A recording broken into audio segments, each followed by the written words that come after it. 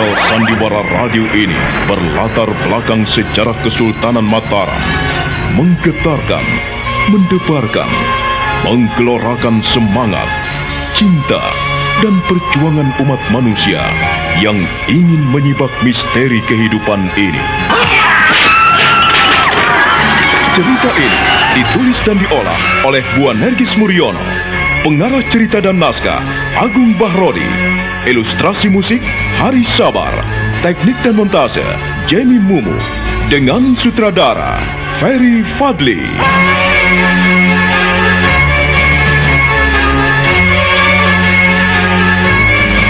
Wahyu Astabrata dalam episode pertama ini dengan judul Carita Adipurwa.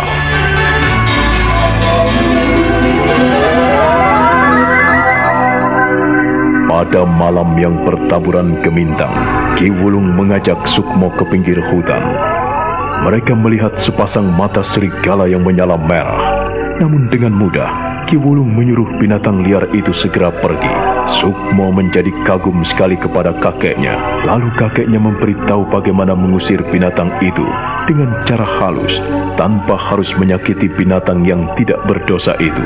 Ki Wulung juga memberitahukan bagaimana seseorang dapat melangkah sesuai dengan garisnya masing-masing.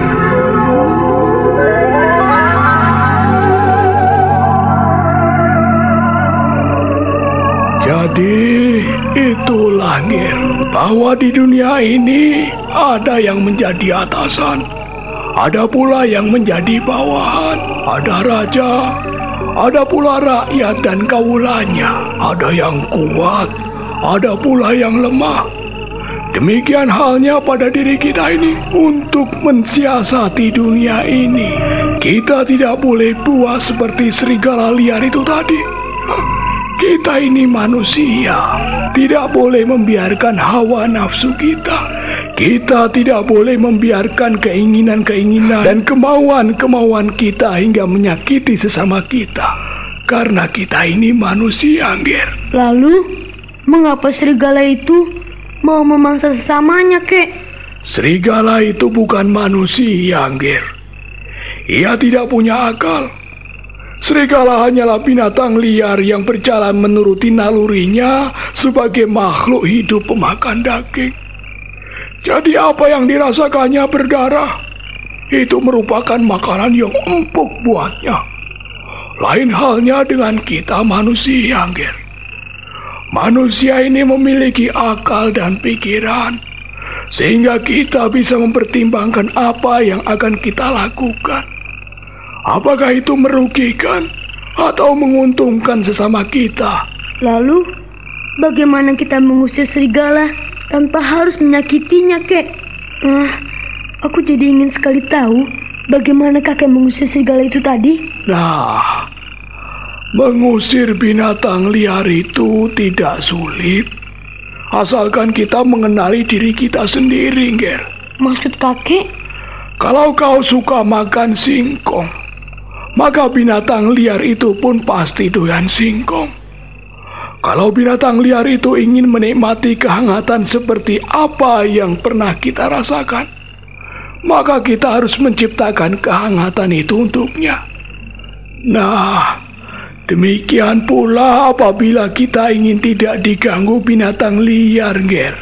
Caranya bagaimana, Kek? Caranya, kita harus menyingkirkan pikiran-pikiran buruk. Lalu kita minta supaya binatang liar itu menyingkir dari hadapan kita, supaya kita bisa meluruskan jalan tanpa mendapatkan rintangan. Nah, kau dengarkanlah baik-baik mantra ini, Ger. Iya, Kek. Kiai, kulo badhe langkung, kulo nderek langkung, kulo nyuwun panjenengan sumingkir saking ngajeng kawula. Awit kulo badhe mlampah tebih, nyuwun pangaksami. Hanya itu, Kek? Iya, hanya itu, Ger. Nah, coba kau ulangi. Kiai, kulo badhe langkung, kulo nderek langkung, kulo nyuwun panjenengan sumingkir saking ngajeng Kawula awit kula badhe melampat tepi nyuwun pangaksami. Wah, bagus. Wah, kau bisa menghafalkannya, Ger. Lalu, apa artinya rapal itu, Kek? Itu bukanlah rapal, Ger. Itu bukan doa. Itu juga bukan mantra. Tetapi itu merupakan keyakinan dan permohonan kita agar lahir dari hati yang tulus. Segala sesuatu yang lahir dari hati yang tulus akan mendapatkan sesuatu yang berarti, Ger. Kiai ini merupakan bentuk penghormatan yang tertinggi dari siapapun yang kita hormati. Nah, derek langkung artinya kita minta tempat untuk numpang lewat sebentar. Kulo suwun sumingkir artinya kita minta supaya dia sebentar menyingkir, menyimpang, supaya kita bisa lewat dengan tenang tanpa hambatan. Nah, dengan demikian, maka siapapun yang kita mintai tolong dengan tulus ikhlas dari hati yang paling dalam, maka kita akan mendapatkan jawabannya sesuai yang kita inginkan, Ger. Oh, jadi tidak ada rahasianya ya, Kek? Oh, benar, Ger. Di dunia ini sebetulnya tidak ada sesuatu yang dirahasiakan.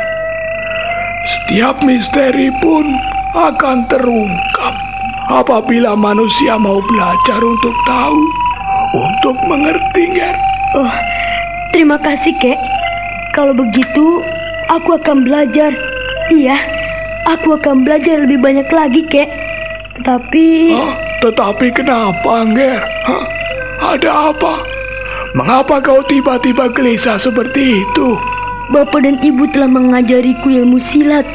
Semua yang diajarkan telah kupelajari dengan baik, dan aku telah menguasainya. Tetapi, mengapa kakek tidak mau mengajari ilmu silat untukku? Supaya aku bisa lebih jauh menguasai ilmu bela diri. Agar di dalam menghadapi segala sesuatu, aku tidak butuh pertolongan orang lain.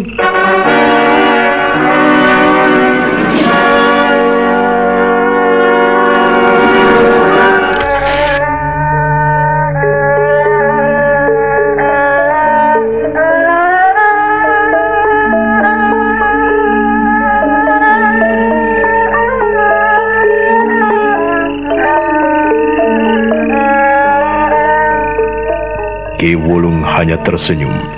Dia mengangguk-angguk, memperhatikan wajah Sukmo yang nampak muram di bawah terang sinar gemintang di cakrawala langit malam. Ki Wulung menepuk-nepuk bahu cucunya, lalu mengusap rambut Sukmo yang berkibar-kibar ditiup angin.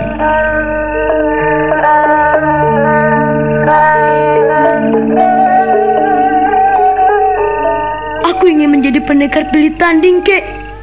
Ini sudah menjadi tekadku, sebab aku tidak ingin diinjak-injak oleh siapapun juga. Wah. Cita-citamu mulia sekali, Ger. Ya, mulia sekali. Kakek bangga mendengarkan ungkapan hatimu itu. Tetapi kau harus tahu, Ger, untuk menjadi pendekar besar, bukanlah pendekar yang mau membunuh banyak musuhnya, yang bisa mengalahkan lawan-lawan tangguhnya dengan kekerasan. Akan tetapi, seorang pendekar yang besar adalah pendekar yang mau dan bisa mengalahkan musuhnya dengan baik, tanpa membuat musuhnya merasa dikalahkan. Ia tidak akan menyakiti, apalagi membunuh musuhnya. Mana mungkin hal itu bisa terjadi, Kek? Pendekar adalah orang-orang yang telah hidup dengan kekerasan, hidup penuh dengan petualangan. Seorang pendekar adalah bicara tentang hidup dan darah. Hidup baginya adalah kematian, dan kematian bagi mereka adalah suatu keuntungan. Tak ada yang ia tentang, Kek. Hei, Ger, siapa yang bicara seperti itu kepadamu? Kau ini bicara seperti orang tua saja. Siapa yang mengatakan bahwa pendekar itu berpetualangan dengan darah dan hidupnya? Siapa? Tidak ada yang bercerita padaku. Tetapi aku tahu, Kek, bahwa pendekar memang akrab dengan kekerasan dan pertumpahan darah. Kulihat pendekar-pendekar Mataram yang menghancur leburkan musuh-musuhnya. Itu lain lagi, Nger. Kakek tadi bicara tentang kesejatian hidup seorang pendekar.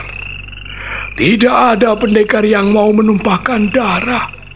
Sebab pendekar sebetulnya adalah pecinta kedamaian. Ia tidak ingin menumpahkan darah kecuali terpaksa, Nger.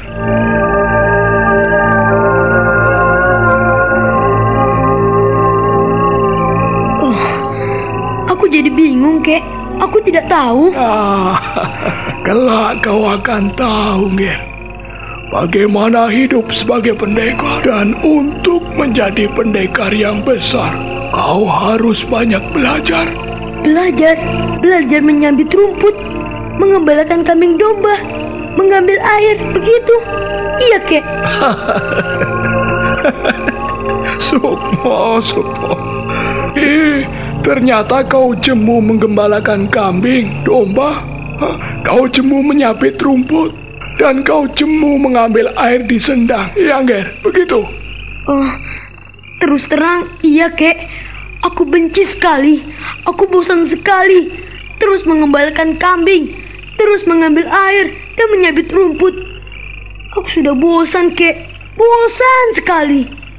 Ku minta kakek mau mengajariku ilmu silat. Jangan membiarkan aku terus menjadi gembala. Sukmo. Buyutmu punya sifat seperti kau. Kau tahu, Nger? Buyutmu juga memiliki watak yang keras. Dan ternyata darahnya mengalir padamu. Kakek tahu kau telah bosan menggembalakan kambing. Kakek tahu kau telah bosan menyabit rumput. Dan kakek tahu kau bosan memikul air dari sendang ke rumah untuk memasak nenekmu. Alah, Sukmo. Iya, aku benar-benar bosan, Kek. Bagaimana aku bisa menjadi pendekar besar apabila hidupku hanya sebagai pengembala? Apabila hidupku sebagai penyabit rumput dan hidupku hanya sebagai pengambil air? Mana mungkin aku bisa menjadi pendekar besar? Nah, Nger, ingatlah baik-baik. Untuk menjadi pendekar besar, ia tidak pernah membantah, apalagi tidak menuruti nasihat gurunya. Menurutku, orang yang menjadi pendekar itu harus berlatih, dan berlatih, Kek. Harus belajar ilmu silat supaya menguasai jurus-jurus maut. Ada jurus ular, jurus bangau, jurus naga, atau jurus cakar-cakar macan. Kalau kakak tidak mau mengajariku seperti itu, baik, aku akan pergi dari sini. Tunggu dulu, Nger, tunggu dulu. Sabar. Kau jangan marah seperti itu. Kau harus bisa menahan diri. Bagaimana aku bisa menahan diri, Kek? Aku jemu sekali dengan kehidupan seperti ini. Sejak kecil, sebelum aku bisa membuang ingus, aku selalu angon kambing, mencari rumput dan mengambil air. Aku bosan, Kek. Ketahuilah, Nger. Menyabit rumput, mengambil air dan mengembalakan kambing, domba, semuanya itu merupakan latihan dasar untuk menjadi seorang pendekar besar.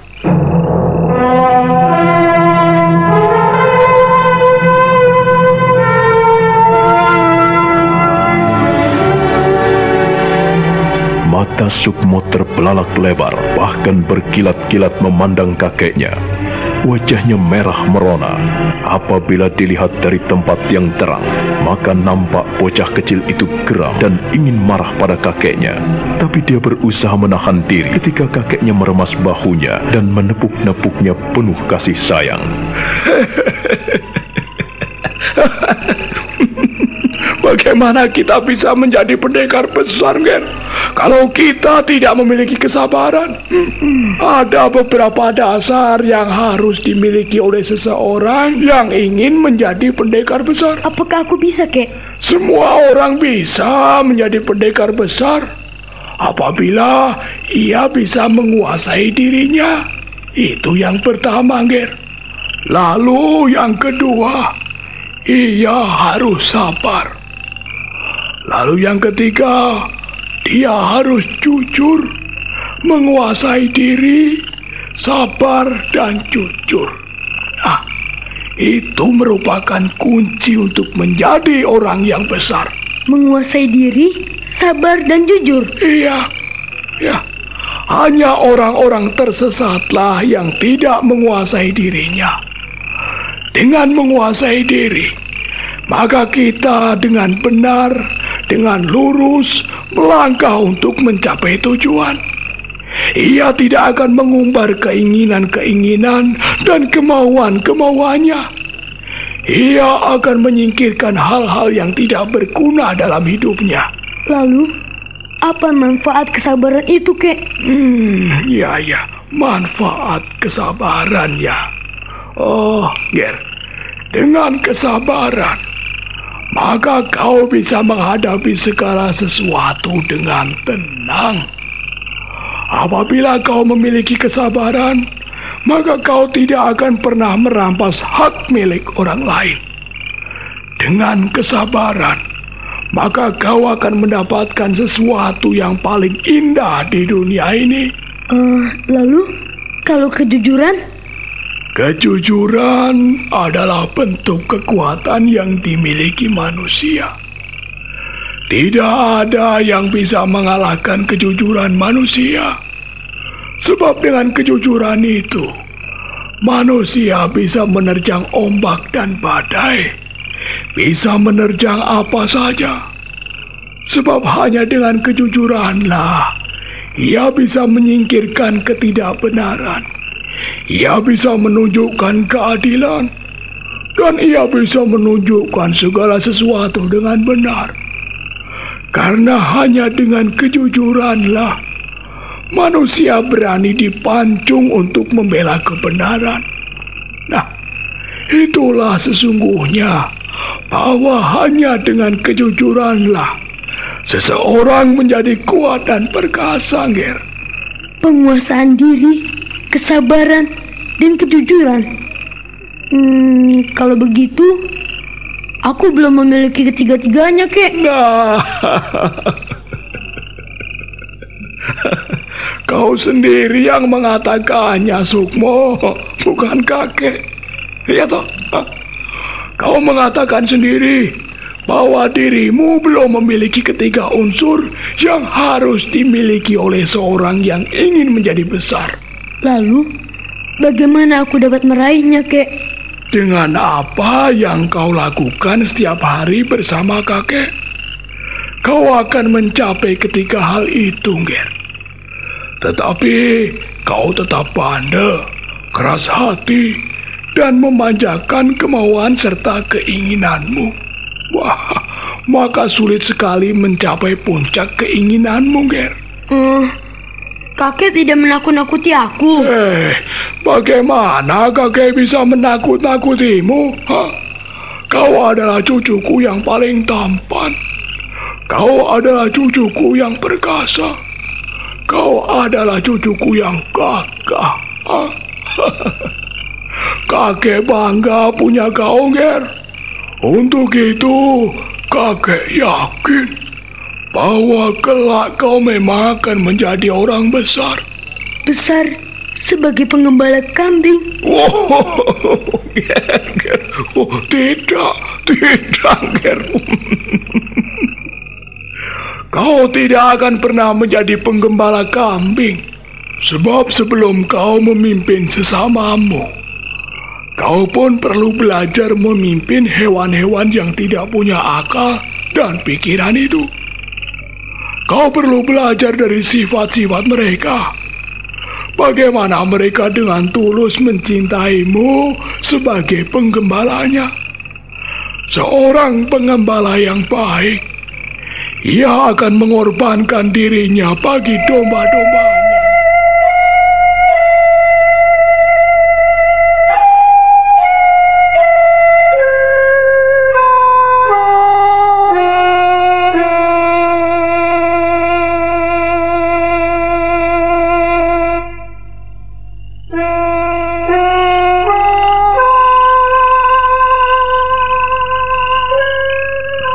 Malam itu, Sukmo semakin mengerti apa yang dikehendaki kakeknya.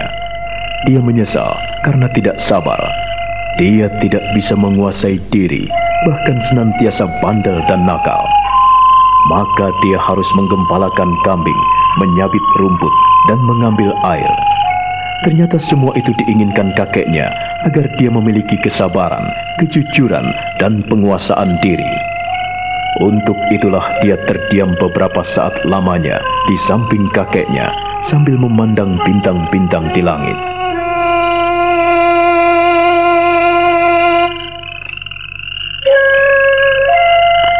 Sukmo, kau tidak perlu bersedih. Kau tidak perlu menyesali apa yang telah terjadi. Yang penting sekarang adalah bagaimana kau melangkah yang lebih baik.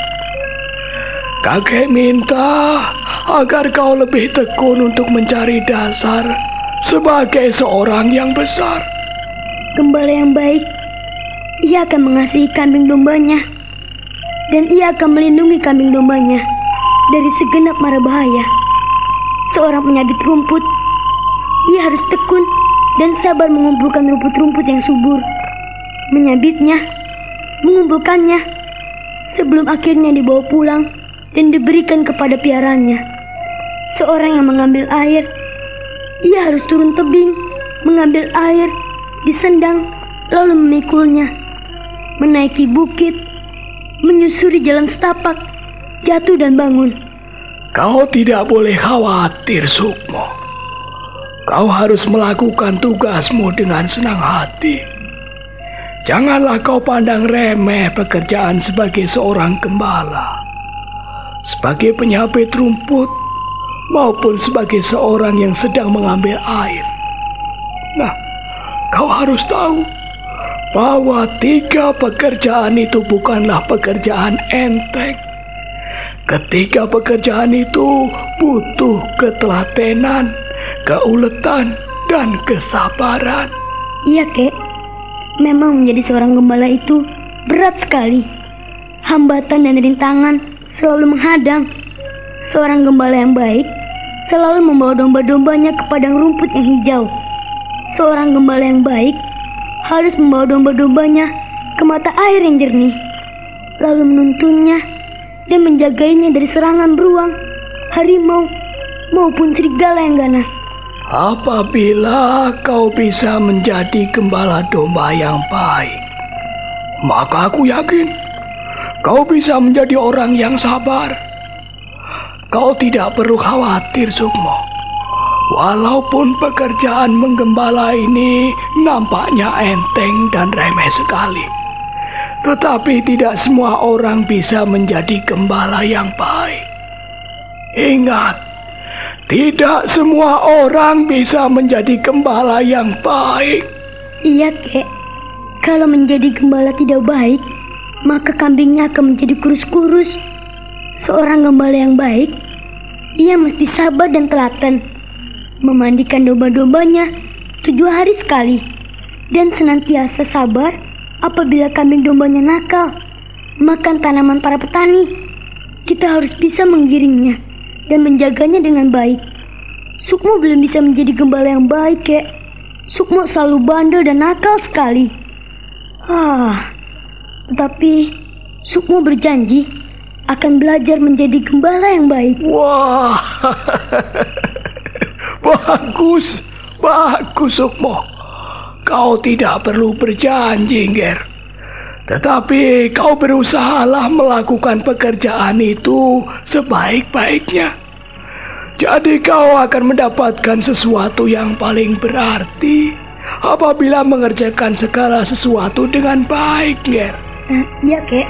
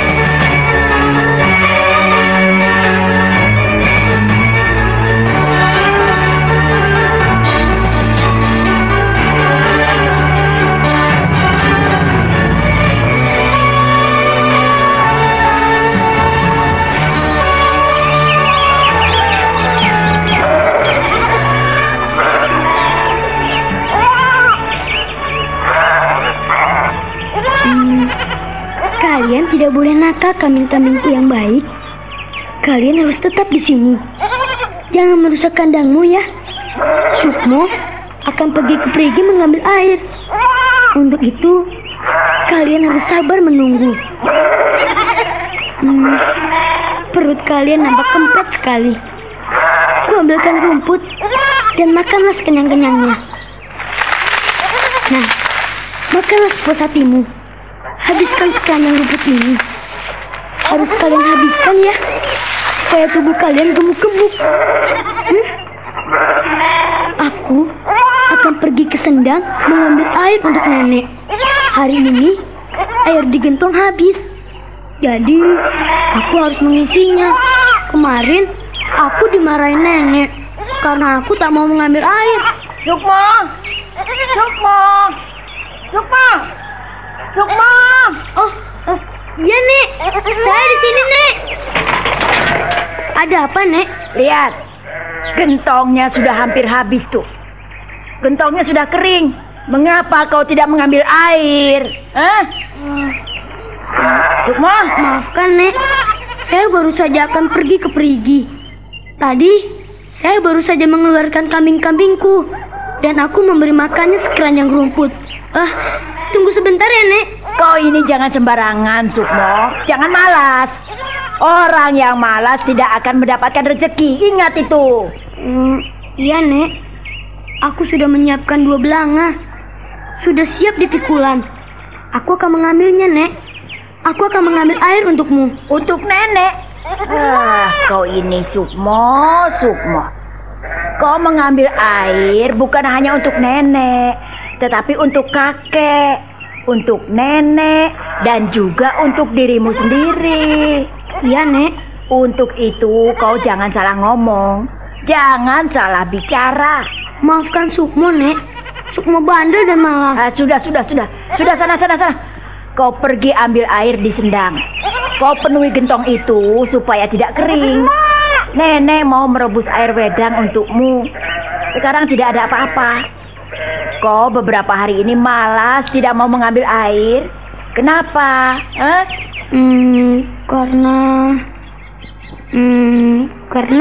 Karena malas. Iya, karena malas. Iya Nek, Sukmo malas. Tapi hari ini Sukmo tidak akan malas lagi Nek. Sukmo akan rajin mengambil air. Tidak usah ngomong saja. Cepat, ayo pergi sana.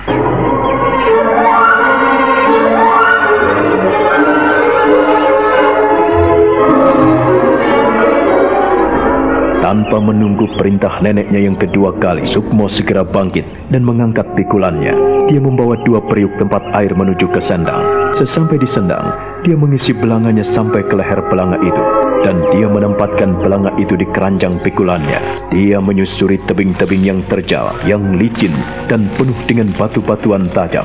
Dia menyusuri jalan setapak, memikul 2 gentong air kecil yang ia pikul sempoyongan. Bahunya terasa perih saat pikulannya menghimpitnya karena beban 2 belanga itu memang cukup berat.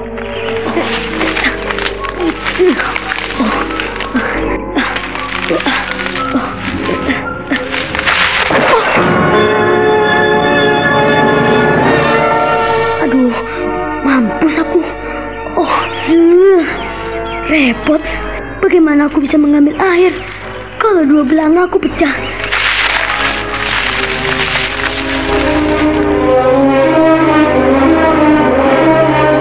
Ada apa, Sukmo? Nek, kedua belanga kita pecah, Nek. Apa? Kedua belanga itu pecah? Kau ini bocah gemblung. Mengapa memikul belanga begitu saja bisa pecah dan jatuh berantakan seperti itu? Kau ini bagaimana, Sukmo? Sukmo, dasar pemalas. Kau ini bagaimana? Beberapa hari tidak mengambil air sekali saja jatuh. Dasar kau ini bodoh. Aku terpeleset, Nek. Maafkan Sukmo, Nek. Tidak ada maaf-maafan. Kau ini memang nakal, bandel dan bandel. Kalau diberitahu orang tua tidak pernah mendengarkan. Maafkan aku, Nek. Aku yang salah. Aku akan mengganti 2 periuk itu, Nek.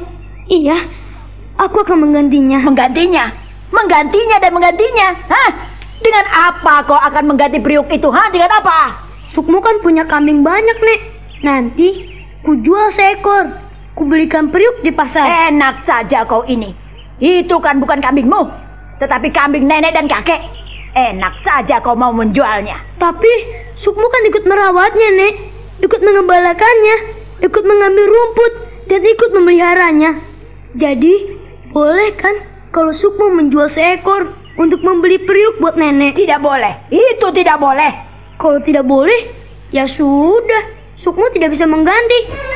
Sukmo, tunggu. Jangan pergi dulu. Tidak, aku mau pergi. Sukmo, berhenti. Tidak, nenek jahat. Sukmo tidak mau mengambil air lagi. Sukmo mau pulang. Dasar bocah gemblung, sableng. Bisa celaka kalau dia pulang. Aduh. Ada apa, Nek? Ada apa? Kamu lihat, dia berlari pulang. Apa? Sukmo pulang? Iya, karena kau tidak mau mengajarinya yang baik, sehingga ia bandel. Ia persis seperti kau, bandel sekali. Jangan begitu, Nek. Sukmo kan masih kecil. Ia belum dewasa. Bagaimana bisa kau marahi seperti itu? Iya, pikulannya ia buang di pinggir jalan seperti itu. Kedua belanganya pecah. Dasar bocah gemblung. Belanga yang pecah, ya sudah toh, Nenek. Toh kita bisa membeli lagi. Pecah ya sudah, biarkan. Toh tidak sengaja dia banting. Sengaja atau tidak, dasar bocah itu pemalas. Salah, Nek, salah. Kalau kita menganggap Sukmo bocah pemalas, itu salah. Dia rajin mengembala. Pagi-pagi sudah memberi makan kambing-kambing dan ternaknya. Kau ini terlalu keras, Nek. Kalau tidak keras, ia ugal-ugalan. Kapan ia bisa menjadi bocah yang baik kalau tidak dididik dengan keras? Nah, kalau dia pulang begitu, ayo, siapa yang salah? Tak tahu. Tidak tahu. Kau jangan seperti itu, Nek. Kau ini sudah tua. Malah seperti anak kecil saja. Kau tidak mau bijaksana sedikit. Ayo, sudah. Bawa pulang sana keranjang dan pikulan Sukmo itu. Kau juga gemblung, kek. Kau ini membuat aku sebel saja. Masa perempuan disuruh membawa keranjang dan pikulan? Kau ini laki-laki macam apa, kek? Kalau tidak bisa, ya sudah. Kau ini jangan marah. Kau ini bagaimana toh? Sudah. Biar aku yang membawanya. Nanti akan kubelikan 4 gentong kecil.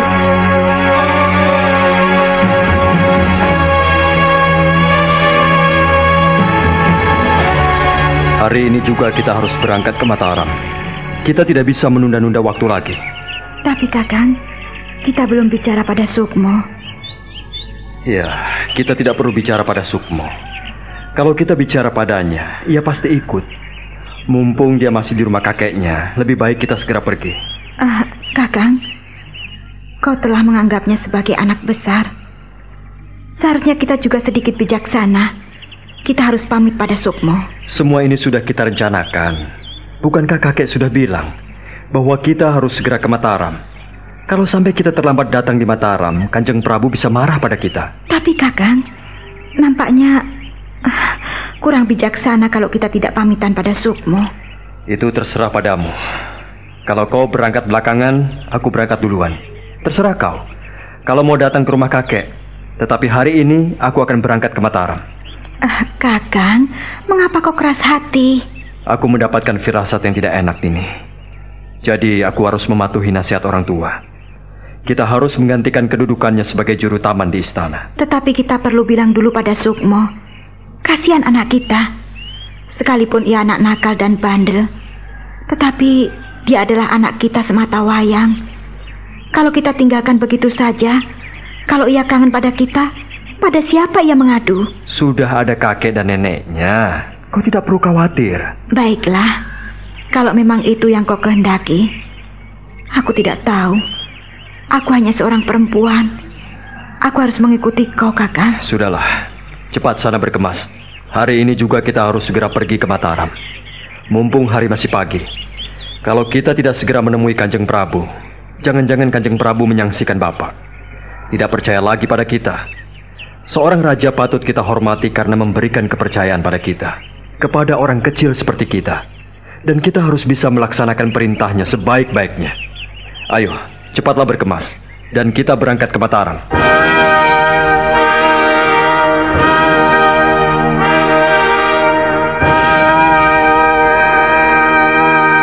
Ki Warih dan Nini Warih segera berkemas-kemas. Pagi itu juga mereka berangkat menuju ke kota Raja Mataram. Mereka telah ditunjuk Kanjeng Prabu Panembahan Nyokrawati untuk menggantikan kedudukan Ki Wulung sebagai dalang dan juru taman Istana Mataram. Ki Warih dan Nini Warih berangkat dengan penuh semangat, tetapi Nini Warih terbayang-bayang pada anak kecilnya. Seolah-olah di pelupuk matanya nampak bocah kecil anaknya itu, anak yang disayanginya itu, berlari-lari di pelupuk matanya, membayang dekat dan lekat sekali. Nah, bagaimana kisah selanjutnya? Saudara pendengar, silakan menunggu kelanjutan kisah Wahyu Astabrata ini dalam seri berikutnya. Sampai jumpa.